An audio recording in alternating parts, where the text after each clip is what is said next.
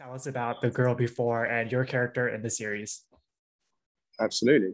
So The Girl Before is based on a New York Times bestseller written by J.P. Delaney. It's a psychological thriller. It's about a woman called Jane, played by the wonderful Gugu Mbatha Raw, who moves into this beautiful, opulent, minimalist house, but has to pay a very minimal rent. No pun intended. But with a condition that she has to follow a certain set of rules. She can only bring one bag with her. She has to follow like a questionnaire. The house itself tells you things like you're done brushing your teeth, like it would stop you. It tries to kind of control your life for you. So that's the price of living in that house. And then when she's there, she finds out that the previous tenant died in that house 3 years ago. And so that's when the mystery kind of really starts to begin to unfold. And my character, as you said, my character is Simon. Simon is in a relationship with Emma, who is the tenant that died in the house 3 years before Jane moves in. And Jane enlists his help to try and get to the bottom of what happened to her murder, because it was always unresolved.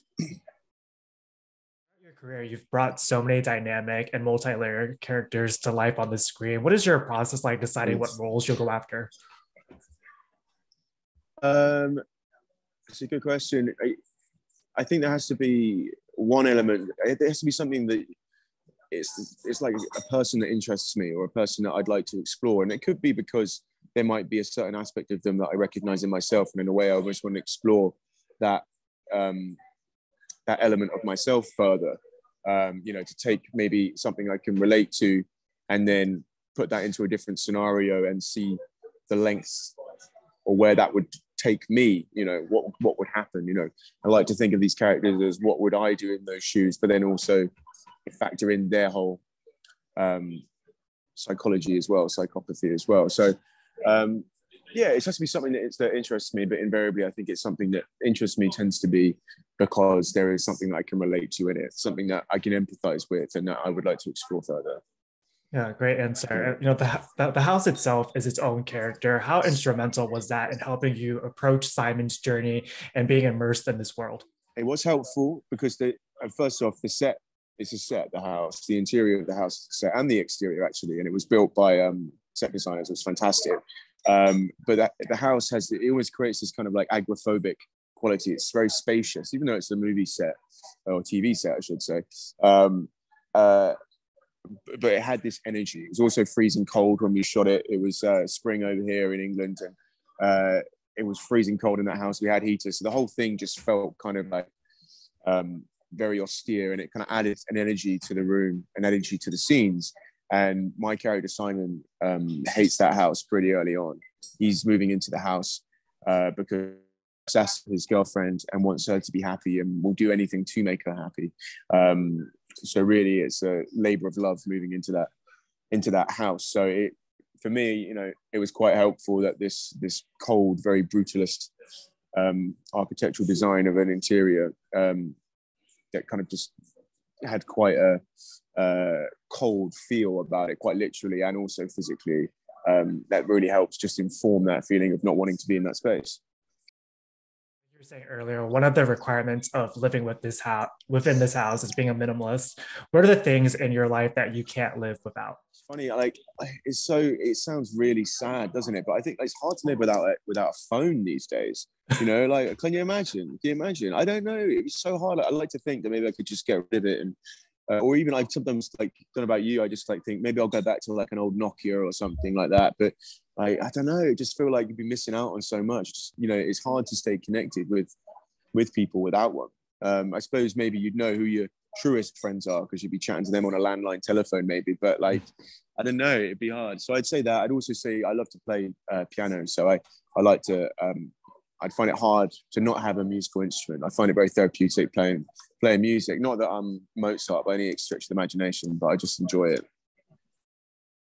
He has said that in many ways, Simon is the most toxic version of himself. Did that bring an added pressure, learning that and having him on set? What was that collaboration like? KP, I mean, it was great to have him on set, and he was so collaborative and so so helpful. I was kind of sending him countless emails before the production and during, trying to kind of pluck his obviously his knowledge, because it's his character. And when he did say that to me, what you just said about it being the most toxic version of himself, I did feel that there was some kind of added pressure. I felt like I was playing him in some way, but not playing him, but like playing, an aspects of him. He obviously sees a lot of himself in that character. So I didn't want to do a disservice to him in that fashion. But funnily enough, I never told him this actually, but after he told me that, I'd often just kind of study him like from afar, which sounds very creepy and a bit like a stalker. But I'd like, after in between my scenes, I just kind of loiter maybe a few hundred meters away from him and just like watch the way he walks and just the way he interacts with people, because I think he considers himself as being a beta male, as opposed to the alpha, and that's definitely something which exists within Simon. So I think I was just trying to kind of pick up on his body language and then maybe extrapolate from that in the creation of Simon, and yeah. Yeah, that's such great insight. There's such a great chemistry that comes off the screen between you and Jessica. How did the two of you build that bond? I mean, it's hard with chemistry because I feel like if I was a director, I'd want to do chemistry reads every time. I don't know if you know that some they do these chemistry reads, because I think with chemistry, it is a bit of a lottery. Sometimes it's just like in life. As long as you meet people in a social situation and you just click and get on and really hit it off, or you just don't. And it's like trying to talk is like trying to, I don't know, draw blood from a stone. It's just and it's no one's fault. It's just there is this barrier between the two of you. But like, it was fortunate that Jess and I were kind of, very quite early on. We just seemed to have quite a natural chemistry. I know sometimes like some productions, they make people socialize a bit, well, not make, but suggest socializing, which I think is a good idea. And we did kind of socialize because we're both, we're in Bristol and didn't really know many people. So well, okay, let's, hang out, go and explore. Go, I think on the first day we went for a walk around Bristol and just kind of explored, and just got to know each other. That helps build that chemistry. But we were lucky that it was very natural. Yeah.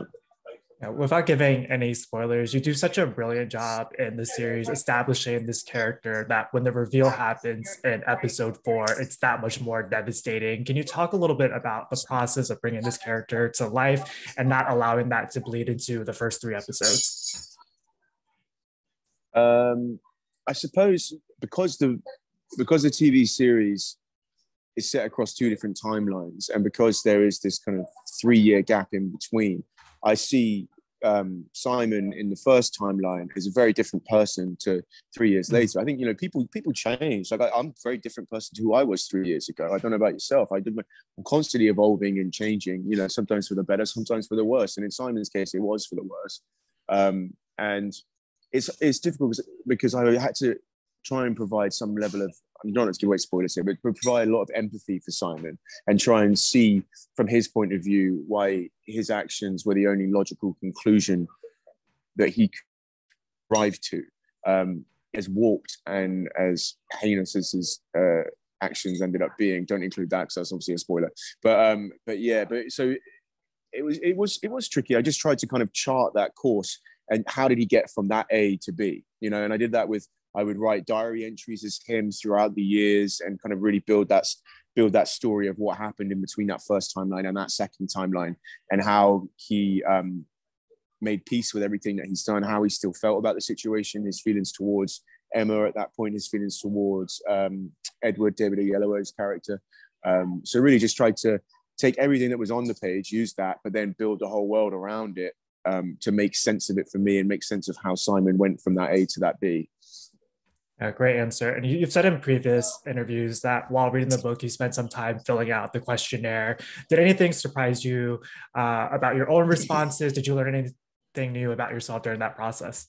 I found that I actually favor the living a minimalist life. I found that, and I didn't know that really about myself. I found that I do want to be. I realize that clutter and like things really just kind of like do great on me. I just like, for me, like if in an ideal world, I'd have like, and maybe this makes me sound like an absolute introvert hermit. I don't know, but like, I just want like one plate, one knife and fork, one glass for water, and then just I don't like. I find it really frustrating. I don't know about you, but I really find it really frustrating, like doing things that I feel like are unnecessary. Like if I've like having to wash up loads of glasses because I've actually just drank. This is really boring, but anyway, but like drank from 12 glasses that day because I've been too lazy to ever wash one. And all of a sudden I've just got all this stuff to do. And I'm like, I don't want to be doing this. I want to be like, I want to be taking in something inspirational, whether it be like reading a great book or like, or playing some music or watching a great film. I feel like I'm wasting time doing those things, you know, like cleaning up after stuff which is unnecessary. Or like if you've got like if you've got a wardrobe that is just like absolutely massive, you know, like I just think and you're there like constantly washing clothes all the time because you just keep through. You know, part of me wants to do the whole like Einstein Steve Jobs thing and just wear one outfit every single day. I don't know if you heard about. Have you heard about that thing that they do? Yeah. You know, but yeah. Not that I consider myself on the same level of intellect as those two geniuses, but anyway, yeah. We have one final question for you. Besides The Girl Before, where can fans see you next? Have a rom-com coming out at the end of the year. It's called The Statistical Probability of Love at First Sight. It's still on its minute, but I can't say where it is yet because it's not a done deal. But yeah, it should be out at the end of this year. It's a Christmas rom-com. So yeah, I'm excited to see how that comes out. It was the polar opposite to The Girl Before. You know, The Girl was very dark and yeah, and this is much more light-hearted. But it was really enjoyable to film. So I looking forward to seeing the finished product myself.